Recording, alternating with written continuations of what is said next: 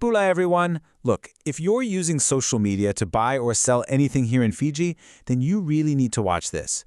We're about to break down exactly how you can protect your hard-earned money from the online scams that are catching way too many of us out. Okay, so here's what we're going to cover. First, we'll look at just how big this online marketplace in Fiji has become. Then we'll dive into the scams themselves, the common tricks, and the red flags to watch for.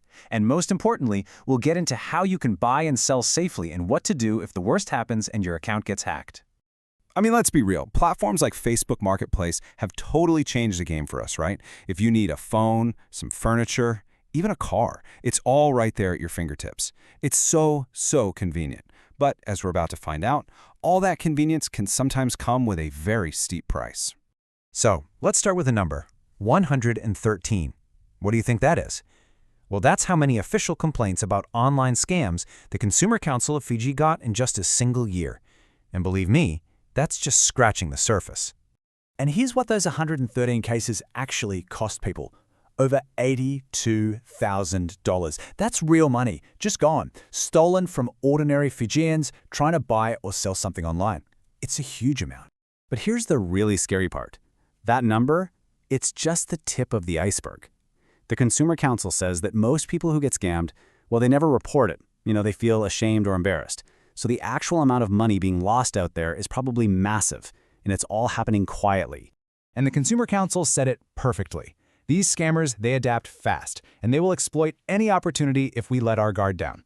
Being vigilant isn't just a suggestion anymore, it's absolutely essential to staying safe. Okay, so if we're going to be vigilant, we have to know what we're looking for. Let's get into the nitty-gritty of the most common scams you're likely to see right here in Fiji so you can spot them a mile away.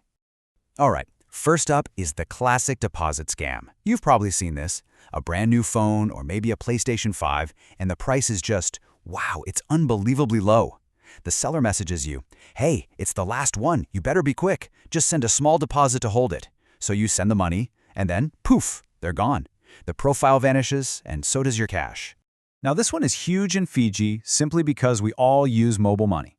So a buyer sends you a screenshot. It looks like a legit M-Pesa transfer confirmation. You look at it, it seems fine, so you hand over the item. But then later, when you check your actual balance, nothing. The money's not there. They just edited an old screenshot. So please, always open your app and check your actual balance before you let go of your stuff. Here's another common one. The seller says something like, oh, I'm in Lautakoa, but you're in Suva? No problem. Just pay for the item and the delivery fee up front, and I'll send it right over. You pay, and then crickets. They just disappear. There was actually a real case where a guy kept doing this with ads for building materials, scamming people out of thousands before he finally got caught. And then you have the impersonators. These guys love to pretend they're someone you trust. We've seen fake profiles of the Prime Minister offering fake loans just to get your financial details. We've even seen fake BSP internet banking ads that look 100% real, but the second you click that link, it's designed to steal your username and password. Okay, so now we know their playbook. Let's talk about the warning signs. These are the red flags that should make you stop and think, wait a minute, before you even think about sending money. First off, the price. If a deal looks way too good to be true, you know what? It is. Then listen for the pressure. Are they rushing you? Pay now, it's the last one. That's a huge warning sign. Another thing, check their profile. Is it brand new? No friends? No posts? That's a big red flag. And of course, if they refuse to meet in a safe public place, or they get angry when you say you want to check your app instead of trusting their screenshot, just walk away. All right, that's enough about the scammers. Let's talk about us. How do we take back control? How do we make sure that every single time we buy or sell something online, we do it safely? Well, it really just comes down to a few simple but powerful steps. Just think of this as your go-to safety checklist. Number 1, meet in public, always. Number 2, look at the item. Really inspect it before you hand over any money. 3, this is the big one, verify the payment in your own app. Never ever trust a screenshot. 4, just say no to deposits, unless it's someone you really know and trust. 5, take 30 seconds to check out their profile. And finally, number 6, trust your gut. If something feels off, it probably is. Just walk away. It's not worth the risk. Okay, but what if the worst happens? What if, even with all these precautions, a scammer manages to get into your Facebook account? I know it can feel like a total panic, but there is a clear process you can follow to take back control.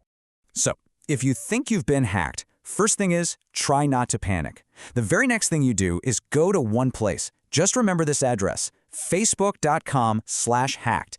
That's Facebook's official page for this exact problem. Just go there and follow the steps. It'll walk you through everything like changing your password. And even if you're totally locked out, it has a process where you can verify your ID to get back in.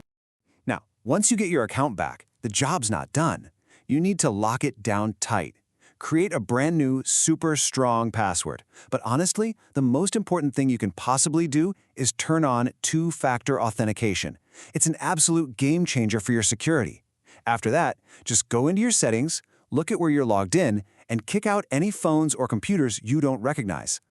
You know, after looking at all the different scams, the red flags, the safety steps, it all really boils down to one single, powerful idea. That's it. That's the golden rule. Verify before you trust. Verify the profile. Verify the item in person, and absolutely verify the payment in your own account. Taking just a few moments to verify can save you from a whole lot of stress and lost money. So think about it. Who do you know that really needs to hear this? Maybe your brother, your mom, your friends at work. The truth is, we are all in this online world together. And the absolute best way to fight back against these scammers is to make sure everyone we care about knows the risks. So please, share this. Let's help keep our whole community safe.